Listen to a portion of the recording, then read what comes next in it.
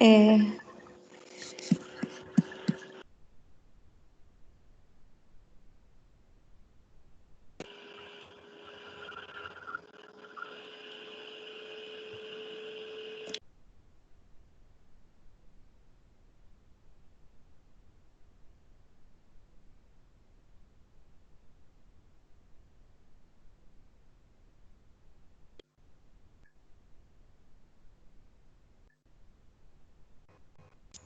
Hay que esperar un minutito hasta que nos digan.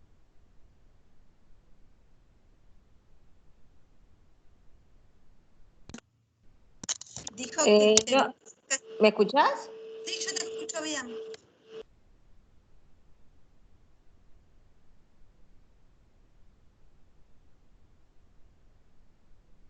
Que quede así.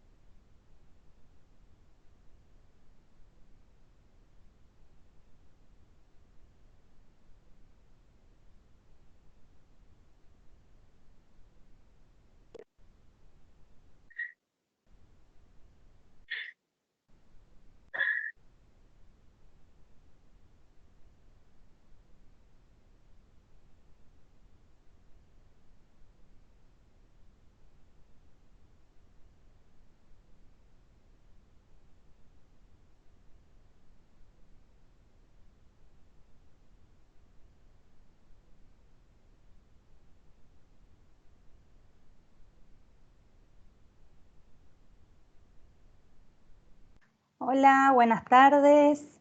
Mientras se van conectando, esperamos unos minutitos más a que se termine de conectar todos los inscriptos y ya empezamos. Mientras tanto, aprovecho y les recuerdo que es importante que silencien sus micrófonos y apaguen sus cámaras con el objetivo de que se desarrolle mejor el encuentro y todos podamos ver a las dos expositoras.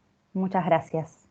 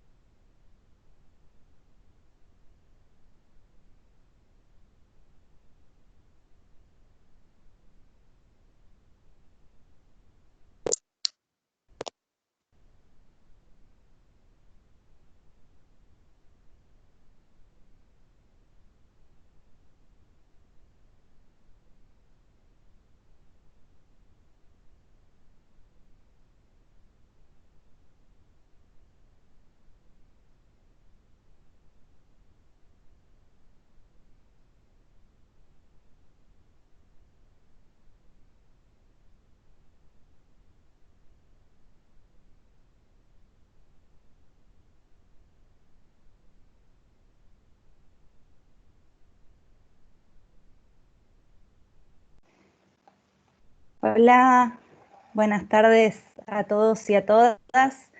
Bienvenidos al ciclo de encuentros de la Universidad Kennedy, Conversaciones para Pensarnos. Mi nombre es Agostina y voy a estar coordinando este segundo encuentro que contará con la participación de la doctora María José Nachi, decana de la Facultad de Ciencias Sociales y Humanas de la Universidad Kennedy, y la magíster Gabriela Buckstein, coordinadora del Departamento de Humanidades de la Universidad Kennedy. Mientras siguen ingresando algunos participantes, les recuerdo que es importante que apaguen sus cámaras y que mantengan silenciados sus micrófonos por una cuestión de orden, así todos vemos a las expositoras. Esto lo hacen, encuentran abajo una barra que tiene el icono de la cámara y del micrófono. Y si colocan el cursor del mouse arriba, les aparecerá la leyenda apagar la cámara sobre la cámara o desactivar, y sobre el micrófono silenciar. Gracias. Si tienen preguntas para hacer durante la exposición de Gabriela y de María José, les vamos a pedir que las escriban en el chat, las vamos a ir recopilando y al final abriremos un espacio de diálogo con las dos expositoras. Y bueno, las presento, vamos empezando. María José Nachi es doctora en Ciencias Sociales, es licenciada en Sociología y profesora de Sociología, es consultora, docente e impulsora de políticas públicas y del tercer sector. Actualmente se desempeña como decana de la Facultad de Ciencias Sociales y Humanas de la Universidad Kennedy, donde desarrolla planes de estudio innovadores e impulsa carreras virtuales. Como decana, desarrolló la materia Género y Derechos como primera materia obligatoria de grado en una carrera de abogacía dentro del país, de la Argentina. Gabriela Buckstein es magíster en Ciencias Políticas, licenciada en Sociología y profesora de enseñanza secundaria, normal y especial de Sociología. Es doctoranda en Ciencias Sociales por la Universidad de Buenos Aires y está en etapa de elaboración de tesis. Es también docente de nuestra universidad, de la Universidad Kennedy, y se desempeña actualmente como coordinadora del Departamento de Humanidades. Les damos la bienvenida. Reitero el pedido a todos los participantes de mantener sus micrófonos silenciados y sus cámaras apagadas, por favor, y les pido a María José y a Gabriela si quieren encender sus cámaras y vamos comenzando con la presentación. Hola, muy buenas tardes a todas y a todos. Es un placer para mí poder compartir este webinar y agradezco a las autoridades de la Universidad Kennedy y a todas las personas que han colaborado y que están en este momento colaborando para hacer este webinar. Muchas gracias. Hola, buenas tardes, ¿cómo están? Yo soy María José Nachi, gracias a Agostina por la presentación y celebro esta iniciativa de la Universidad Kennedy de hacer un conversatorio sobre problemáticas actuales que nos atraviesan a todas y a todos. Hoy nos toca trabajar con Gabriela, hemos planteado una temática muy vigente que es el efecto del aislamiento social obligatorio en la vida de las mujeres y cómo esto nos transforma en mujeres hiperflexibilizadas. No es algo nuevo, pero está renovado y a base de releer teoría social y de repensar nuestro contexto, planteamos esta presentación. La idea es que lo hagamos como un diálogo, vamos a hacer una presentación conjunta con Gabriela, vamos a ir intercalándonos. Veo ahí a Lucía y a Andrés. Andrea, nuestros profes, Lucía, Andrés, apaguen la cámara, por favor. Ahí los veo. Bueno, gracias. Vamos a ir presentando con un pequeño PowerPoint, que en realidad son imágenes disparadoras de algunas reflexiones. La idea es que ustedes puedan trabajar con el chat, comentarnos algunas preguntas, y a partir de ahí iremos comentando y completando el trabajo de intercambio. ¿Te parece, Agostina? Cuando vos digas. Perfecto, cuando quieran, empezamos. Bueno, voy a compartir entonces la presentación. Gaby, vos empezás, entonces, como te hemos planteado, y después vamos siguiendo, ¿sí? Dale, perfecto.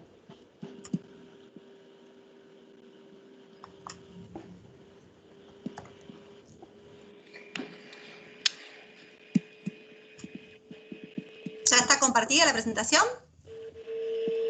Sí, perfecto. Empezamos entonces con la presentación de aspectos del aislamiento social obligatorio a las mujeres en el marco de la crisis de cuidado. ¿Cómo trazar horizontes de equidad? Mujeres hiperflexibilizadas. La siguiente, por favor.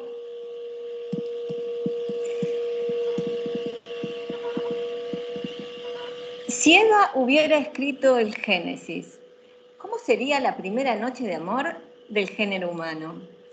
Eva hubiera puesto algunos puntos sobre las IES, quizás, digo yo, no sé. Hubiera aclarado que ella no nació de ninguna costilla, que no conoció a ninguna serpiente, que no ofreció nunca ninguna manzana a nadie, y que nadie le dijo que parirás con dolor, y tu marido te dominará. Y que todo eso, diría Eva, no son más que calumnias que Adán contó a la prensa.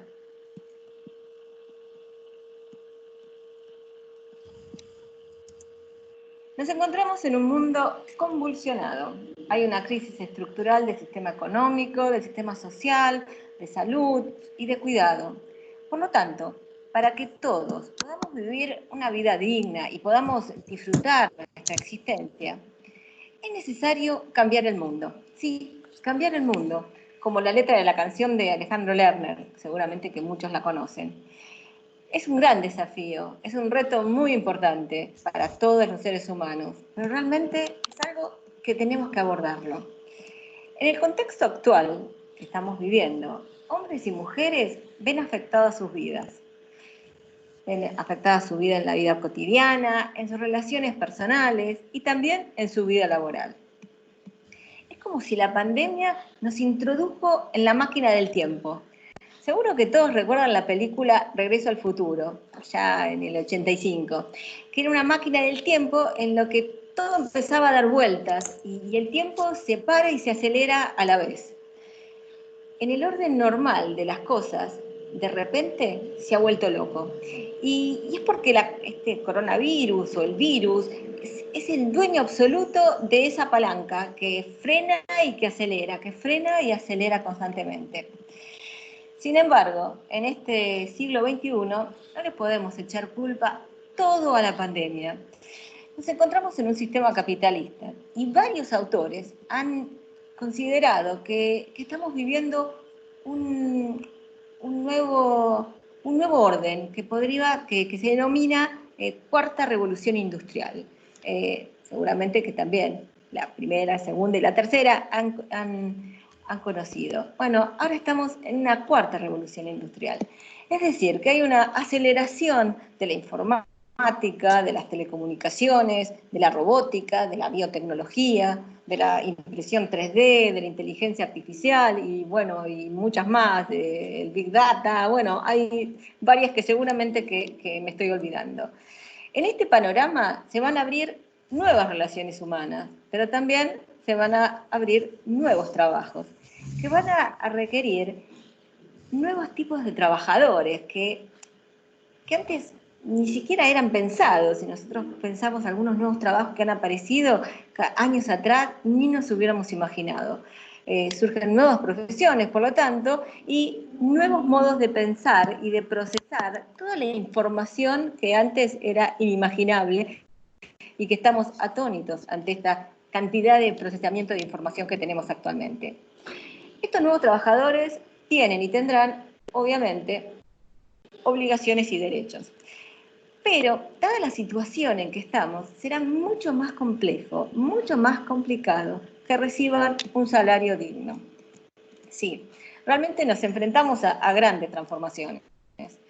Algunos trabajos van a dejar de existir y otros van a cobrar mucha mayor relevancia y se generarán nuevos trabajos.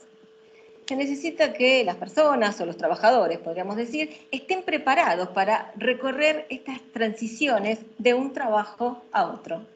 Para ello debemos tener la intervención de quienes, de las empresas, del Estado, que tienen que construir leyes, políticas, que preparen en términos de relaciones humanas, en términos de inclusión social y un nuevo modo de enseñar y de aprender, que es fundamental, porque la educación juega en la vida de todos los seres humanos un rol preponderante. ¿Por qué? Porque nos prepara para la vida, porque es clave para poder determinarnos como seres humanos, como sujetos sociales.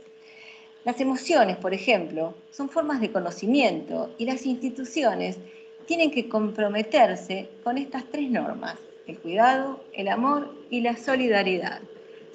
También consideramos que la formación continua de los trabajadores va a garantizar la no pérdida de puestos de trabajo, pero también les va a permitir que se puedan adaptar a todos estos trabajos que van a pasar de ser menos complejos hacia trabajos mucho más complejos.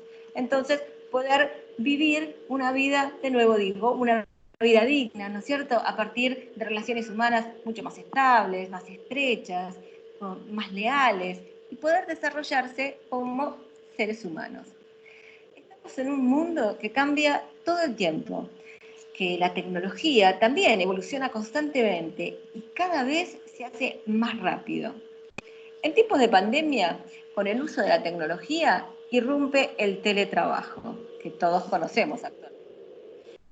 Cuando surge el teletrabajo, en realidad muchas empresas lo rechazaron, fueron reacias al teletrabajo porque ellos consideraban que el control de la producción del trabajador no se hacía a partir del producto, sino que lo hacían por el cumplimiento del horario. Hoy el teletrabajo, como todos sabemos, es una necesidad imperiosa, es prácticamente ineludible para la mayor cantidad de actividades. Teletrabajar implica una serie de derechos y de deberes, pero no todos pueden hacerlo. El teletrabajador debe estar concentrado en su trabajo, debe disponer de un espacio en su casa para poder hacerlo, y muchos recursos, ¿no es cierto? Los servicios de luz, de internet, de gas, también debe contar con los dispositivos necesarios, si no, no sería posible hacerlo. Y también el teletrabajo se complica cuando hay niños o niñas en el hogar. El teletrabajador tiene que aprender a limitar también su propio tiempo de trabajo, porque en general el teletrabajo lo que ha hecho es que hombres y mujeres trabajen muchas más horas de lo que se hacía cuando es presencial. Entonces, deben existir barreras o imponerse barreras entre el trabajo y la vida privada. Pero es muy complicado hacerlo, porque todo se hace en el mismo espacio, ¿no es cierto? A partir del teletrabajo, las casas se han convertido entonces en espacios de producción económica, y no son, y son realmente, una invasión a la vida privada. Entonces, ¿qué pasa en la vida privada? Bueno, esto no va a ser novedoso, es lo que todos sabemos. Las mujeres continúan asumiendo y realizando las tareas del hogar y además los cuidados. Y obviamente continúa esa invisibilización del trabajo doméstico y de aquellas que implican cuidar a los otros, ¿no es cierto?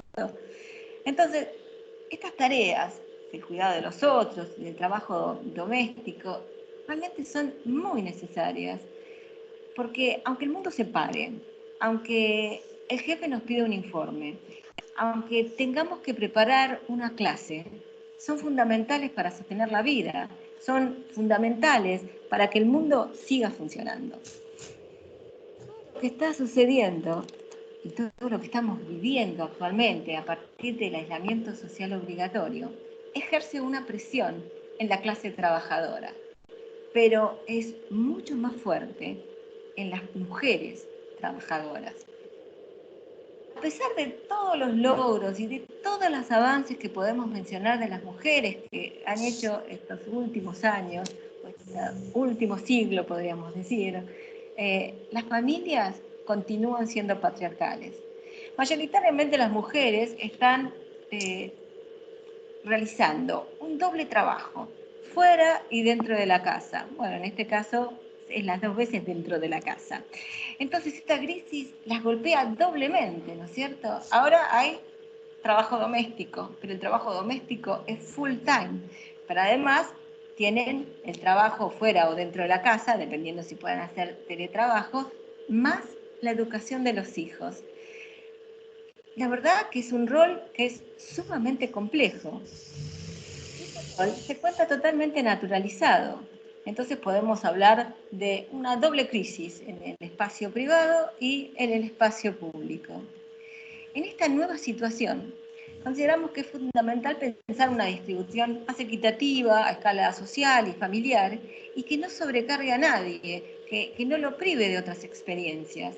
Entonces, que los espacios domésticos y los espacios públicos realmente sean compartidas a nivel familiar. Entonces, la pandemia ha modificado el trabajo, ha modificado la vida cotidiana.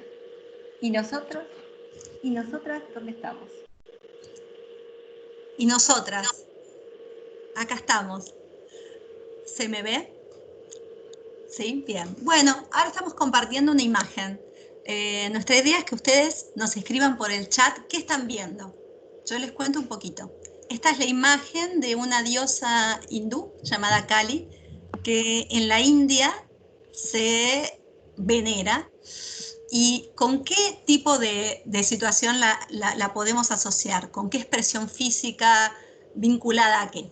La estamos asociando con la multiplicidad de tareas, con una mujer que con sus ojos cerrados tiene multiplicidad de brazos que se despliegan y al unísono podría llegar a abarcar tanto las esferas públicas como el trabajo, la familia, el cuidado, mantener la comunidad unida. Esa multiplicidad de tareas ideales que se plantean en una mujer que se hace cargo de esta multiplicidad de tareas al unísono. Esto está introyectado en la cultura, claramente, no es algo nuevo, sin embargo, se ve multiplicado, fortificado y, sin lugar a dudas, complejizado, como decía Gabriela, por esta situación donde lo público y lo privado vuelven a unirse en una misma esfera. Por lo tanto, no hay limitación de tiempo y de espacio. Tenemos que estar desplegando todos estos múltiples brazos constantemente y no podemos dividir y pautar tiempos. Ahora, ¿por qué las mujeres? Históricamente, la teoría social ha negado el trabajo doméstico como un trabajo productivo que debía ser rentado y que era parte de una cuenta de la sociedad y de la economía. Nuestros grandes maestros de las ciencias sociales tuvieron un grave problema de origen, que es que la sociología particularmente es una ciencia conservadora que lo que quería era mantener el orden social, pero no denunció que este imaginario de brazos multiplicados que podían al unísono contener todas las esferas públicas y privadas, en teoría, a partir de las mujeres, sin embargo, no eran reconocidas como sujetos productivos. Por lo tanto, recién en la época de la emergencia de las primeras sufragistas y luego la segunda ola del feminismo, con las teorías críticas, empezaron a denunciar el trabajo doméstico como un trabajo invisibilizado y feminizado. Esto se ve vuelto nuevamente a complejizar en este momento, en esta coyuntura tan particular, pese a los avances innumerables que hemos tenido. Esta simultaneidad de demandas la vemos, como decía Gabriela, en los cuidados familiares, tanto de los niños, de los adultos mayores y, por supuesto, de todo aquel que tenga codependencia, en el aumento del trabajo del hogar y en la sobredemanda de teletrabajo y en la crisis laboral general, a las que se refería Gabriela. Ahora bien, la crisis de las masculinidades es una de las temáticas que tenemos que introducir, porque el ideario del hombre, tanto de esta mujer que despliega sus brazos y puede contenerlo todo, como del hombre que históricamente en una sociedad disciplinaria sostenía, entre comillas, el hogar y la familia y la sociedad a través de su rol de la masculinidad apoyada sobre el rol de proveedor económico, está plenamente en crisis. Y esta crisis trae situaciones de impotencia, trae situaciones de violencia, trae situaciones de conflicto muy fuertes y genera una cantidad de complejidad y de problemáticas que trastocan estas demandas y multiplican aún más las demandas de las mujeres y la necesidad de dar respuesta al unísono. Una de las cuestiones que me parece muy importante plantear es que en el aislamiento social preventivo y obligatorio, que en Argentina lleva más de 120 días ya, la diferencia entre el espacio público y el privado y la no diferenciación de esferas hace que tengamos que volver a poner en escena y hacer visible la problemática del trabajo doméstico y una perspectiva tendiente hacia la equidad. Y al respecto voy a introducir dos frases sobre equidad, porque la búsqueda ¿cuál es? No de lograr anular diferencias, ni particularidades, ni singularidades, sino lograr una búsqueda de equidad. Víctor Hugo nos decía que la primera de las igualdades es la equidad. Y aquí más cerca en América Latina, Michelle Bachelet, que fue presidenta del país vecino de Chile, dice que la igualdad de género solo puede existir si hay una realidad vivida. Así que nos gustaría introducir algunas encuestas hechas, unas acá en la ciudad de Buenos Aires y otras en España por la Universidad del País Vasco y un conglomerado de universidades, para que veamos cómo se están haciendo cargo en este momento y cuál es el efecto de esta presión sobre las mujeres en su percepción subjetiva y en su padecimiento psicosocial. Gabriela, te paso la palabra. Gaby, fíjate que puede ser que tenés el micrófono silenciado. Sí, perdón. Bueno, acá lo que podemos ver es una encuesta que se realizó en la Facultad de Psicología de la Universidad de Buenos Aires a 1.300 personas. Y los resultados saltan a la vista. El 75% de los hombres afirma que el aislamiento impactó en su estado anímico, pero en las mujeres asciende a un 83,8%. En lo que respecta si el aislamiento agravó el estado de ansiedad, las entrevistadas mujeres dijeron que un 77% estuvieron afectadas y entre los hombres un 68%. Padres y madres de niños y niñas en edad escolar han manifestado que son más afectados por el aislamiento obligatorio. Esto, indudablemente, esto de estar continuamente en la casa, todos juntos, donde el desgaste de las relaciones intrafamiliares lleva a situaciones muchas veces de conflicto, realmente ha complejizado el mundo de relaciones y la vida privada, donde conjuntamente se realiza la vida de trabajo. La siguiente encuesta fue realizada en España y bueno, solamente vamos a mostrar estos dos resultados. El malestar psicológico, donde el 37% fue manifestado por los hombres, pero que asciende en las mujeres a un 52%. Mientras que los problemas para conciliar el sueño, las pobres mujeres, un 60% han manifestado que tiene problemas de conciliar el sueño, mientras que los hombres ha disminuido a un 46%. Por lo tanto, esta situación de pandemia no es vivida de forma igual y sobrecarga de responsabilidades y demandas de cuidados familiares, con el aumento del trabajo en el hogar. Y sobre todo, todos me pueden comprender que la sobredemanda del teletrabajo realmente impacta negativamente en nuestras vidas. Bueno, vuelvo a tomar la palabra. Esta situación que describía Gabriela no es una situación que se da solamente en un grupo social ubicado y geolocalizado espacialmente. Es una situación transversal. Es un fenómeno transetario que se da en todas las edades, en todas las clases sociales y en todas las latitudes. Esta problemática tiene una magnitud a nivel global y eso implica una magnitud a nivel de sustentabilidad. ¿Por qué? Porque el ambiente no es solo el ambiente ecológico de las plantas y los animales, sino de las personas, es el ambiente humano.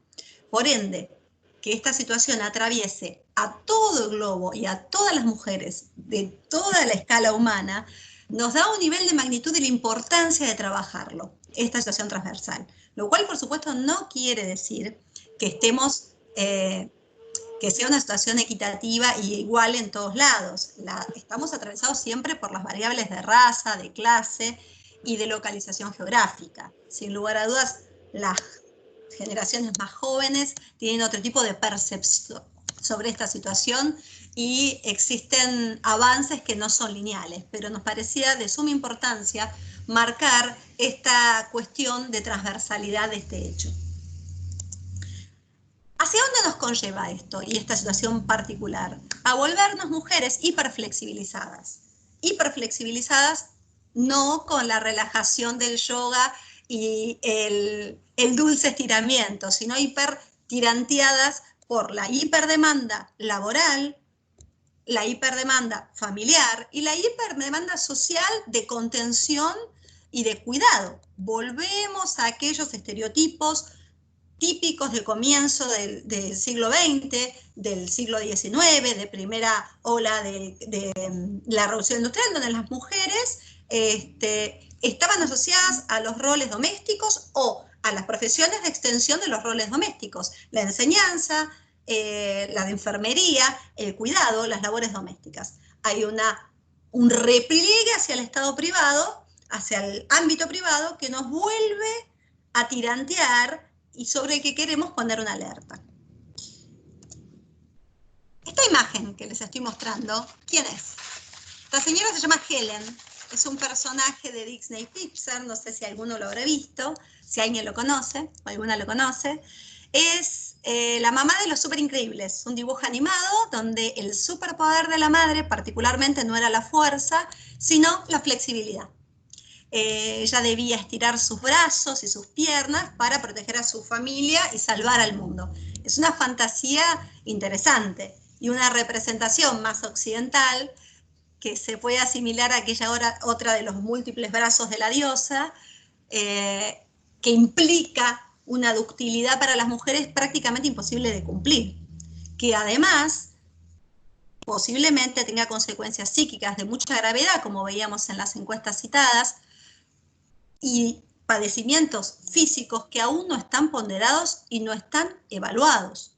Se habla mucho de la sociedad pospandémica, se hacen muchas elucubraciones sobre cómo será después, si realmente se inventará el mundo, o sea, una gran utopía o una gran distopía de control. Hay una dicotomización de los diagnósticos generalmente planteados.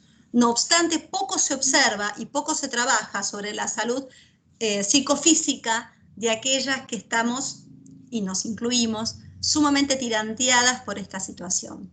Puntualmente, las mujeres universitarias, leíamos en otra encuesta, en otro estudio reciente de la Universidad Nacional de Córdoba, más de la mitad de las encuestadas plantean que se sienten 24 horas responsables del resguardo de sus familias y sus familias ampliadas, lo cual tiene consecuencias que aún no hemos podido evaluar. Pues bien, ante esto, la difícil pregunta importante es cómo abandonar este rol y esta fantasía de superheroínas de la crisis, si es que existe tal posibilidad. Bueno, este diálogo que estamos planteando, en el que esperamos haya bastante intercambio al final, es un primer paso, porque reflexionar en voz alta sobre estos procesos, hacer público este proceso privado, reconocer nuestras propias limitaciones y admitir los padecimientos es un primer paso. Salir de esta situación, de esta tentación de creernos heroínas de la crisis omnipotentes. Desnaturalizar las situaciones de inequidad y proyectar senderos de equidad, que por supuesto se pueden proyectar a través de diversos canales. Las leyes son unos, las campañas públicas son otras, las movilizaciones son otras, y los diálogos, bueno, son una de las herramientas que tenemos a mano y que podemos trabajar en este momento.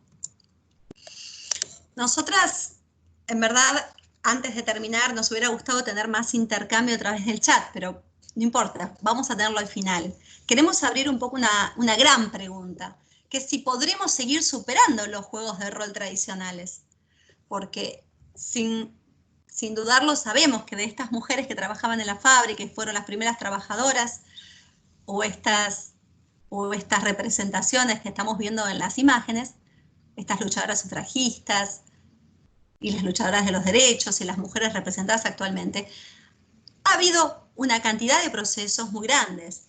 Ha habido multiplicidad de historias y de luchadoras. No podemos dejar de nombrar a nivel local las historias y los trabajos de lucha de Julieta Lanteri, Alicia Moró, Cecilia Grierson, Eva Perón, las abuelas de la plaza y tanta multiplicidad de mujeres. Pero sin embargo existen movimientos actualmente alrededor del mundo de una envergadura sin precedentes. El Me Too, que fue el movimiento en Estados Unidos, que es de público conocimiento, donde se planteaba el límite al acoso de los hombres en la industria cinematográfica, en esa industria de venta de sueños, por detrás de la cual estaba la estructura patriarcal de acoso muy fuertemente instalada y naturalizada. El movimiento de Una Menos de los últimos años en Argentina, denunciando nada más ni nada menos que los femicidios que antiguamente se consideraban simplemente crímenes pasionales y poblaban las páginas de los diarios en la parte de policiales y se consideraba en el ámbito privado como algo en lo cual no había que intervenir públicamente. Son algunos de los movimientos de envergadura mundial que nos muestran la relevancia y la importancia de trabajar estas temáticas y de trabajarlas permanentemente. A nivel local, los encuentros de mujeres, que ya llevan muchos años, también deben ser mencionados porque han escalado en términos cuantitativos y cualitativos en debates que tienen larga data y que se siguen dando.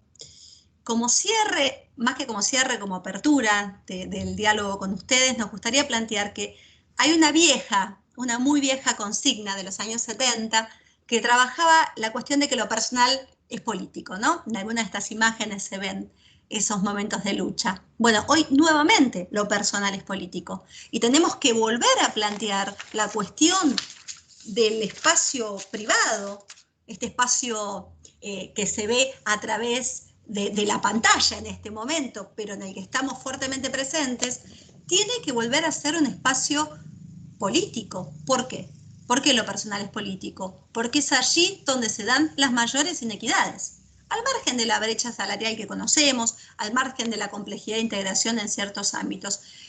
Ha habido ámbitos en los que hubo mucha mayor incorporación, pero en los ámbitos privados sigue existiendo la inequidad y sigue siendo revestida de complejidad en momentos como el presente. Por lo cual, hemos tenido grandes avances en leyes civiles, como por ejemplo el matrimonio igualitario, que cumplió 10 años recientemente, respecto a la posibilidad de casamiento entre personas del mismo género. La ley de identidad de género es otra ley interesantísima. La ley de cupo igualitario en listas legislativas entre hombres y mujeres, de discriminación positiva, que fue un gran debate y finalmente se aprobó en 2017. Sin embargo, leyes como, por ejemplo, la pamaternidad compartida en las licencias por filiación, aún están dando vueltas tímidamente como intentos que se dan en algunos lugares y otros no. Pero sin embargo, ese tipo de cuestiones deberían estar en el centro de la escena en este momento para evitar que las mujeres no estemos tan hiperflexibilizadas y que nos lesionemos en el intento de cubrir todos los frentes. Así que este es un poco nuestro planteo. Queremos ahora abrir el diálogo con ustedes y escuchar preguntas para poder seguir por el sendero que más les interese. Muchas gracias. Muchas gracias, María José. Muchas gracias, Gabriela. Bueno, empezamos con una pregunta que surgió acá en el chat, si te parece, María José. Por supuesto. Anastasia pregunta, ¿cómo encontrar el equilibrio entre las distintas funciones que cumplen las mujeres? Bueno, si supiéramos la respuesta sería genial. Podemos esbozar algunas preguntas más, quizás. ¿Por qué deberíamos encontrar nosotras el equilibrio? El equilibrio es posiblemente un planteo general de la sociedad, ¿no? No creo que ahí, como decía alguna cita célebre, el feminismo no es un problema de mujeres ni de hombres, es un problema social, es de todos los sectores. El equilibrio hay que buscarlo en el consenso, en el diálogo y en el ejercicio efectivo. Creo que más allá de que la búsqueda es personal y no creo que haya una sola respuesta genérica, me parece que lo que no podemos ignorar es que la búsqueda tiene que ser colectiva. Gabriela, ¿vos querrás aportar algo al respecto? Sí, no sé si me ven, pero bueno, me escuchan. Sí, no te vemos en cámara, me parece. Perdón, María José, si querés, si dejás de compartir la pantalla, te vemos a vos. Así buenísimo, ahí ¿ahí está. bien? Bárbaro. Sí, perfecto. Ahí está, eso intentaba hacer. Gracias, Agostina. No, por nada. Con respecto a encontrar el equilibrio entre las múltiples funciones que hacen las mujeres, indudablemente tenemos que empezar a educar a nuestros hijos de manera diferente, tenemos que involucrar a los hombres en estas prácticas cotidianas que es el cuidado de los otros y también poder ocuparnos de todas las tareas domésticas que se tienen que llevar a cabo. Pero para eso no solamente se necesitan mujeres que trabajen al lado de los hombres, sino también se necesitan que la educación sea planteada de un modo diferente. Las educadoras me parece que tenemos mucho que aportar para este cambio radical en cómo se tienen que empezar a establecer relaciones entre hombres y mujeres mucho más igualitarias y mucho más equitativas. A mí me gustaría agregar al respecto, me quedé pensando sobre los roles y los juegos infantiles. Me tocó dirigir una tesis doctoral de una profesora de la Universidad Kennedy que está por defenderse sobre justamente percepción docente respecto al rol de los niños y niñas en edad escolar en nivel inicial.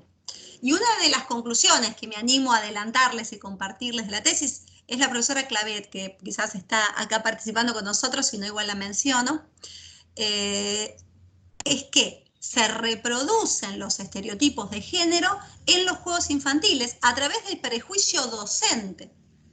Por lo cual me parece de suma importancia y muy interesante rescatarlo porque es estimulado y reproducido por el propio prejuicio docente respecto a qué deberían ser los juegos de niños o de niñas tan estereotipados y dividido por el par sexo-género, que es algo ya, que ya suponíamos que debería estar superado o al menos atravesado. Así que menciono esta experiencia porque me parece muy interesante poner lupa sobre ese tipo de cuestiones.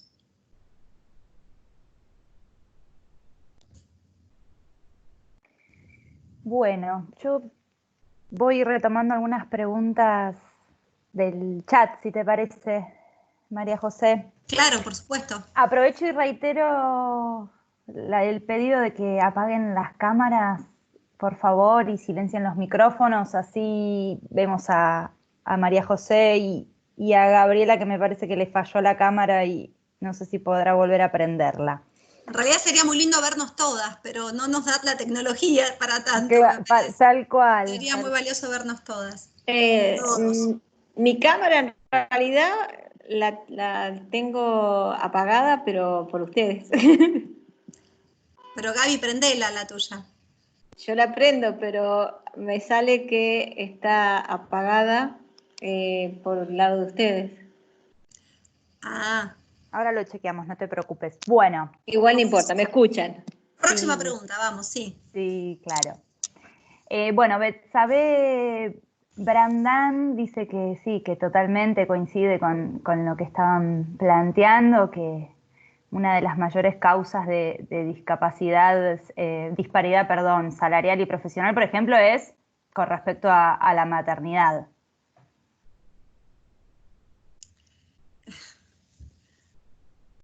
Sí.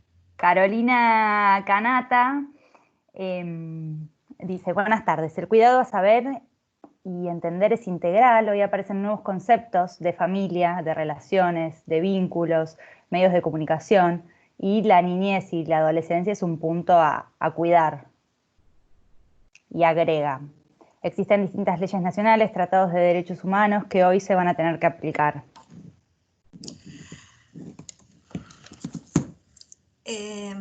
Sí. Gaby, ¿preferís empezar vos o...?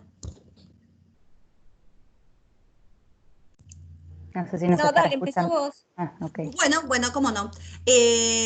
Respecto a las leyes, bueno, hice algunas menciones anteriormente, pero puedo agregar alguna otra mención.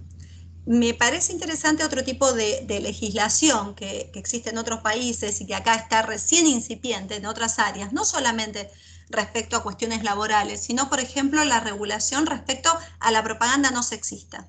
la publicidad no sexista. Nosotros tenemos la carrera de publicidad en Kennedy, así que me parece que es pertinente traerlo también. Las publicidades no sexistas en Argentina se empezaron a regular muy tímidamente. En el Reino Unido, por ejemplo, en 2017 se sancionaron leyes que empezaron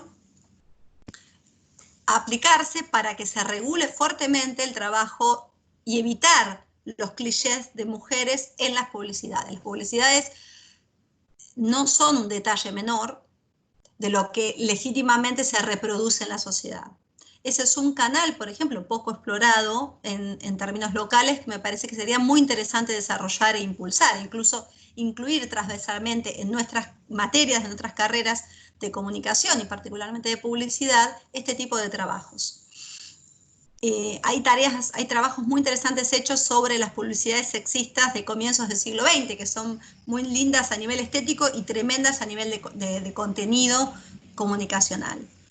Hay otros senderos de posibilidad, pero particularmente respecto a la licencia por el COVID y por la extensión de la pandemia, dado que los niños no van a tener escolaridad presencial este año y están aún suspendidas las tareas de cuidado de las personas de cuidado doméstico, se va a dar una licencia extendida en algunos casos a quienes trabajan en el Estado, que puede ser optada por padres o madres.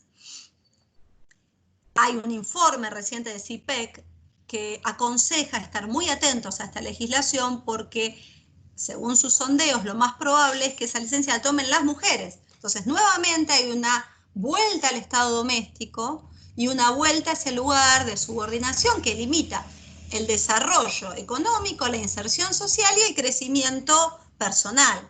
Entonces, hay que estar muy atentos a ese tipo de regulación y hasta que no se llegue a un horizonte de paz, maternidad compartida, que es un horizonte, es toda una concepción integral del cuidado compartido y de la educación compartida, donde realmente haya una licencia que sea, como los países noreuropeos, compartida en términos efectivos, es muy difícil que eso tenga una repercusión y se concrete en las vidas efectivas y cotidianas. Bueno, esta es una de las discusiones que están habiendo en este momento en los ámbitos que trabajan con problemáticas de género, de mujer y feminismo respecto a la legislación. Bueno, estos son dos de los abordajes que me parece interesante señalar respecto a tu pregunta. María José, si te parece, le damos la palabra a Carolina Canata. Sí, por supuesto. Hola, Está Carolina. de la Kennedy. Carolina, sí, ahí está, perfecto. Mucho gusto, ¿cómo están?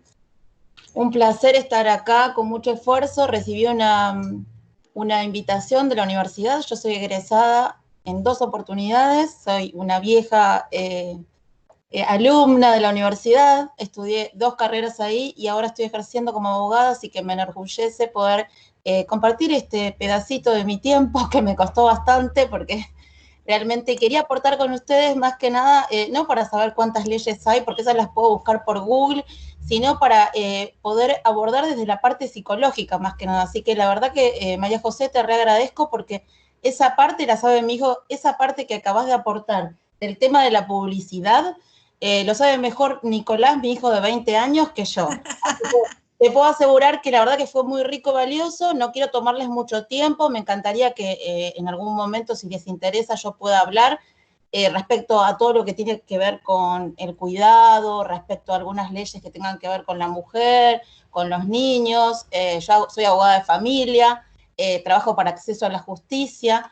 Estoy matriculada en Capital y Provincia, hago todo el tema de alimentos, régimen de comunicación, no para hacer mi publicidad por acá, ¿no? Pero les cuento que la verdad que la experiencia es muy rica y la verdad el tema de el cuidado y que hay que trabajar interdisciplinariamente. Eso es algo nuevo, es un concepto, hay que empezar a integrar. Entonces, yo creo que los colegas, mis colegas y todos los que somos profesionales y que es lo que se viene, el nuevo concepto de integrar las profesiones, integrar el concepto de cuidado, porque ser abogado no es un hecho aislado, no está separado de la realidad social. Yo tengo colegas que a veces trabajan bien y algunos que trabajan mal, y se olvidan del ser en sí, del ser humano. Y hoy el Código Civil y Comercial, la palabra del concepto es sujeto de derecho, los niños son sujeto de derecho, y somos persona humana. El concepto es persona humana. Entonces, desde ahí y de ahí para arriba. Y respecto a lo que yo aporté, las leyes que tiré, es que justamente es el tema de la vulnerabilidad lo que se viene. Por eso nombré los tratados, porque ya no nos alcanza, pero esto es a nivel mundial. A nivel mundial. Bueno, nada más. Perdón, no tenía nada preparado para decir, pero bueno. Yo quisiera agregar una... Gracias, Carolina, por tu aporte. Es No, importante gracias por el espacio. La verdad que no les miro las... participen y te puedes acercar a la universidad porque, bueno, hay varios proyectos de investigación que trabajan problemáticas de equidad y de género, donde quizás un graduado puede sumarse. Tenemos la materia Derecho, Género y Familia, en la que trabajamos estos temas. Fue la primera obligatoria en una materia, en una carrera de grado en el país, cuando a mí me tocó estar también a cargo de abogacía.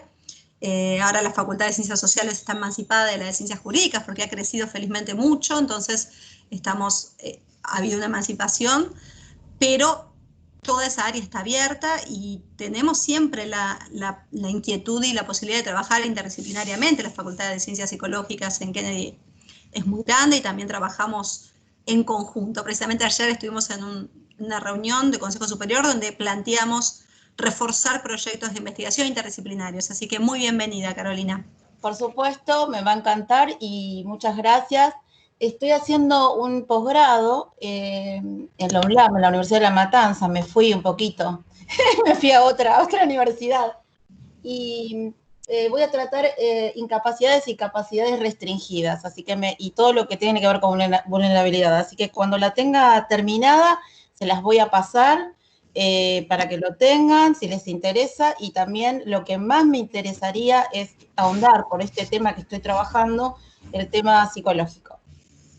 Nos mantenemos en comunicación. Seguramente hay muchas áreas de la universidad donde vas a poder integrarte a trabajar o a interactuar con nuestros profesores. Gracias, Carolina. Gracias. Muchas gracias, Carolina. María José, si te parece, invito a Norma Alcántara, que justo estaba contando un caso. Discúlpenme, me gustaría hacer... Claro, Gaby. No, siempre lo hago muy cortito, así pueden seguir interviniendo el resto. Con respecto al cuidado integral, obviamente es fundamental que se empiece a educar desde la niñez.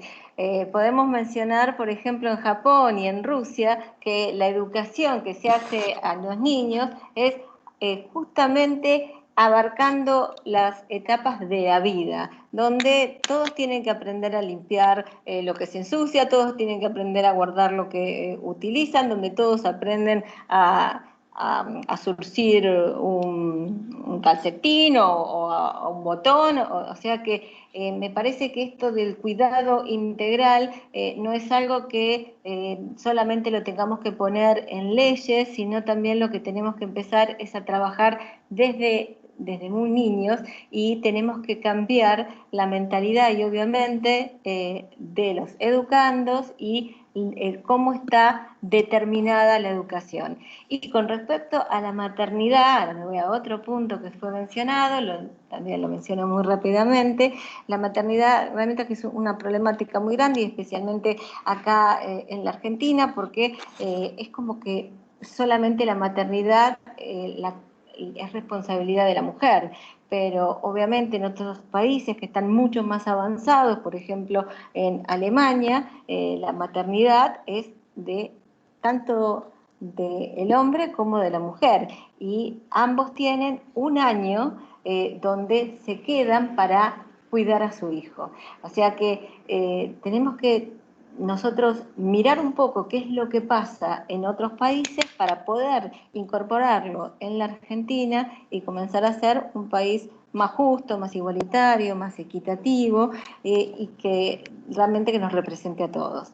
Bueno, dejo la palabra a otros que quieran mencionar algo. Gracias, Gabriela. Como les decía María José, Gabriela, si les parece, le pido a Norma Alcántara si activa su micrófono y nos cuenta un poco más respecto del caso que estaba contando en el chat. Ella es egresada de la facultad, es psicóloga. No sé si nos estás escuchando, Norma. Bueno, mientras tanto, te voy leyendo, María José, si querés el comentario de Norma. Sí, por supuesto. Ella contaba que justamente hoy ella es psicóloga, atendió a una paciente que tiene un hijo de 4 años de edad y que no tiene posibilidades de tener alguna persona que lo cuide. Entonces dice que lo que trabajaron es la posibilidad de que pida licencia en su trabajo. Ella es abogada independiente y su esposo trabaja en relación de dependencia. Sí, y entonces... No, contaba el caso puntual de la situación esta, un caso puntual en el que una abogada independiente, en este momento en el que está con su niño de 4 años en su casa, no tiene posibilidades ni de que vaya alguien a cuidarlo a la casa, y cómo gestiona el tema de su licencia, dadas las características de su tipo de trabajo. Hay muchos trabajos donde se están dando licencias especiales en base justamente a la situación de que los niños no están teniendo escolaridad formal, y la escolaridad formal presencial es una rectora de la organización laboral y de la organización social en general. Entonces, lógicamente, se están contemplando en muchos casos, y además hay algunas apelaciones que se están logrando realizar. El tema es que, una vez más, la que va a pedir la licencia es la madre, ¿no? Bueno, recordemos que en Argentina 1 de cada 5 familias, 1 de cada 5 hogares son monoparentales. En realidad, materparentales serían. Están presididos por una mujer sola, y un gran porcentaje de ellos no recibe cuota alimentaria. Entonces, esa estadística no es menor, para tener en cuenta también uno de los motivos por los cuales hay una mayor responsabilización de las mujeres en esta tarea de cuidado, en esos casos como única posibilidad. Vuelvo a lo mismo, si no es un caso de una familia monoparental, ¿por qué la licencia va a las mujeres? ¿Por qué la preocupación va por las mujeres? Porque nuevamente feminizamos la tarea de cuidado como única posibilidad. ¿Por qué biologizamos esta cuestión? Bueno, estas son las preguntas que me parece que es rico que vuelvan a circular y que volvamos a hacernos en este momento. Tal cual, totalmente. Bueno, hay varias preguntas que tienen que ver Perdón, con... Matilde, estoy viendo a Matilde Fernández, nuestra profe de filosofía, a quien le aprovecho de mandarle un cariño. Matilde, apaga la cámara. Gracias, María José. Una querida profesora, sí. Hay varias preguntas respecto de el rol que ocupa la educación en todo este tema, ¿no? Puntualmente, sí, claro, voy a leer la pregunta de la directora de la licenciatura en Trabajo Social de nuestra universidad, la licenciada Fabiana Porto. Ah, qué bueno. Sí. Yo no sé, Fabiana, si querés abrir tu micrófono y hacer la pregunta vos, si no la leo, como vos quieras. La voy leyendo. Ella dice, pareciera haber un acuerdo en el lugar que ocupa la educación. Me surgen preguntas. ¿De qué educación hablamos? ¿Puede la educación como único proceso, área o dimensión de construir matrices culturales tan fuertemente instaladas? ¿No será que hay que dar lugar a otras dimensiones, reclamando su intervención? Fabiana no se anima a hablar, no abre el micrófono. Nos dice que tiene problemas de conectividad, pero bueno, sí, está escuchando. Bueno, hola Fabiana, buenas tardes, qué bueno que estés. Sí, con Fabiana siempre conversamos este tema, ella es la directora de Trabajo Social. Cuando hay un problema que parece irresoluble y en realidad es un dilema, no un problema que tenga solución, siempre se apela a la educación. El problema es la educación, como si eso fuera un bloque homogéneo que nos aplasta y nos da una respuesta que en verdad no nos conduce a ningún lugar. ¿De qué educación hablamos? ¿Cómo? ¿Para qué? ¿Con qué fin? ¿Mediante qué herramientas? Hay otras dimensiones de suma importancia. Igualmente, más allá de la broma que siempre hacemos, el problema es la educación. Cuando ya no tenemos más respuestas, siempre se cierra una charla así. Hay otras cuestiones que tenemos que abordar. Hay un gran pedagogo italiano que últimamente está muy citado, es un gran maestro, Francesco Tonucci. él siempre habla de la educación sustantiva, de la educación experiencial, porque cuando se habla de educación es una gran entelequia que abarca que todo el sistema educativo formal, desde la educación inicial, primaria, secundaria y universitaria, de posgrado, educación constante, educación de actualización, digo, ¿de qué estamos hablando? Me parece que hay un punto muy central acá, es la educación a través de la experiencia y a través de las experiencias significativas. En épocas de pandemia se ha hecho una política de aislamiento social obligatorio muy severa en Argentina, que ha tenido una matriz muy adultocéntrica. Esto lo trabajamos y lo conversamos con colegas psicólogos también. ¿Por qué? Porque ha tenido eje en el resguardo de los adultos mayores principalmente y en el resguardo del sistema de salud, que lógicamente precisaba tiempo para poder provisionarse, para poder organizarse, para poder evitar que fuera colapsado. Ahora, la política sobre los niños como sujetos de derecho no fue considerada en el marco del aislamiento social obligatorio y preventivo. Los niños se aislaron, los niños se encerraron, no se les preguntó, estuvieron mucho tiempo sin poder salir, ahora tienen salidas muy acotadas, muy puntuales, y nuevamente, ¿dónde queda la educación con experiencias en este momento de aislamiento? Por ende, Tonucci planteaba que sería de mucho interés volver a las experiencias de educación experiencial, por ejemplo, el trabajo concreto de hacer la casa un laboratorio y poder, por ejemplo, cocinar entre diferentes generaciones, por ejemplo, coser entre diferentes generaciones, trabajar en jardinería, en cuestiones fácticas, manuales, que después se transformen en temáticas de física, de química, de biología, de sustentabilidad, de problemáticas genéricas, o sea, que la teoría emane de esas prácticas y que luego esa cuestión experiencial se transmute a las escuelas para que pueda ser trabajada la escuela en base a esas inquietudes de los estudiantes y no los estudiantes en base a las currículas. Bueno, ese sería un sendero interesante, concreto y efectivo, en el cual la palabra educación no sería este bloque que nos tapa y nos dice, sí, la respuesta es la educación sin preguntarnos de qué educación hablamos. Me parece que es un aporte en este momento. Tonucci es un referente muy importante y creo que nos da algunas pistas valiosas. También yo podría agregar que en realidad necesitamos una nueva educación. Tenemos que realmente modificarla, porque la que actualmente estamos utilizando no es la que está generando los seres humanos que queremos tener.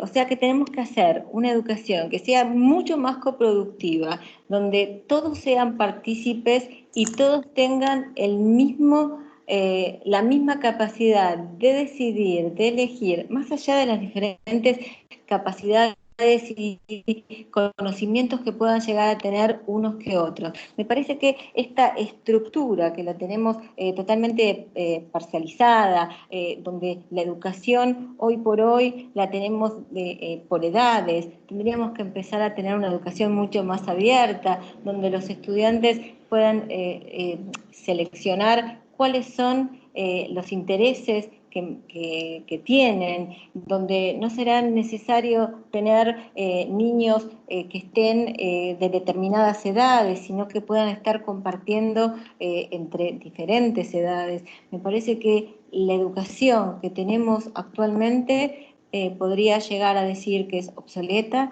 y tendríamos que hacer una modificación radical y que la educación obviamente implique una educación crítica, donde los estudiantes puedan realmente aprender y ser partícipes de esta generación de una nueva educación.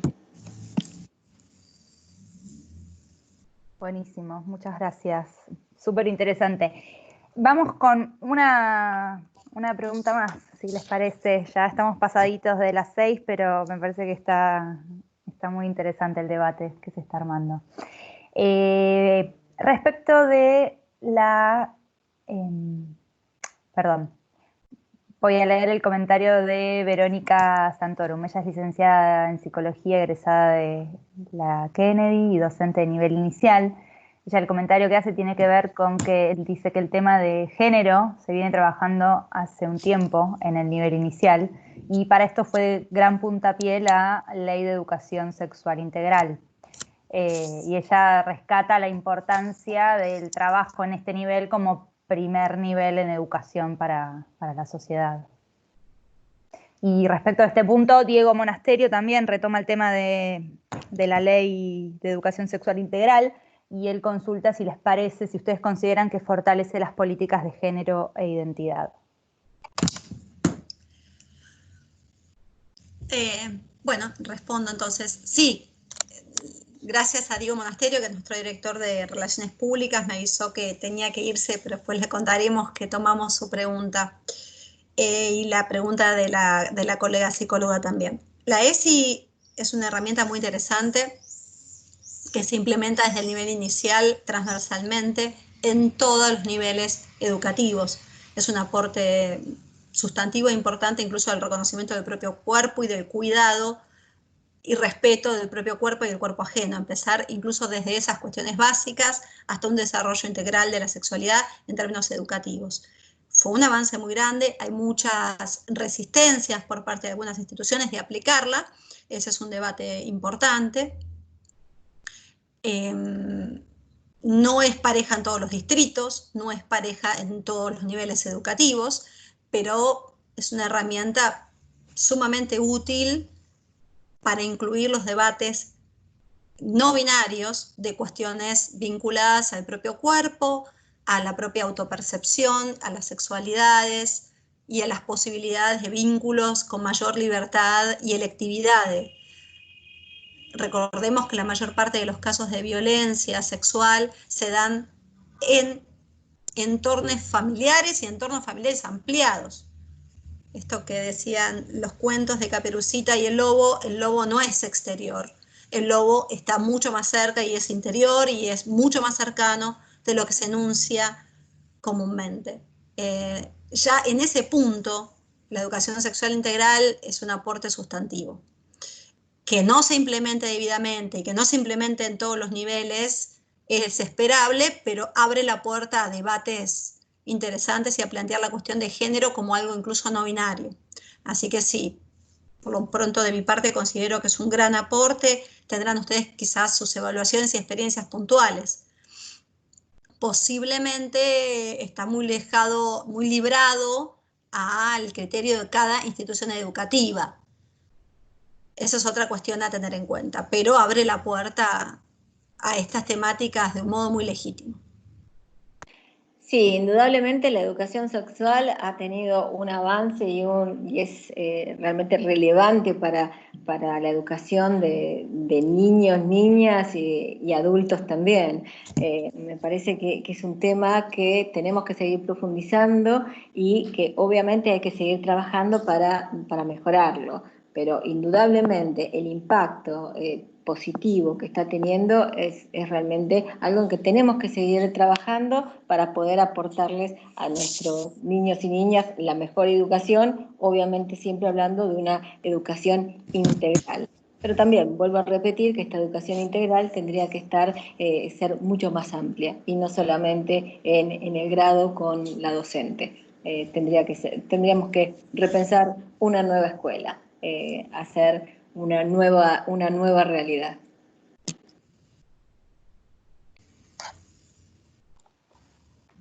Bueno, si les parece, vamos concluyendo. No sé, Gabriela o María José, si quieren hacer alguna conclusión de lo conversado durante el encuentro.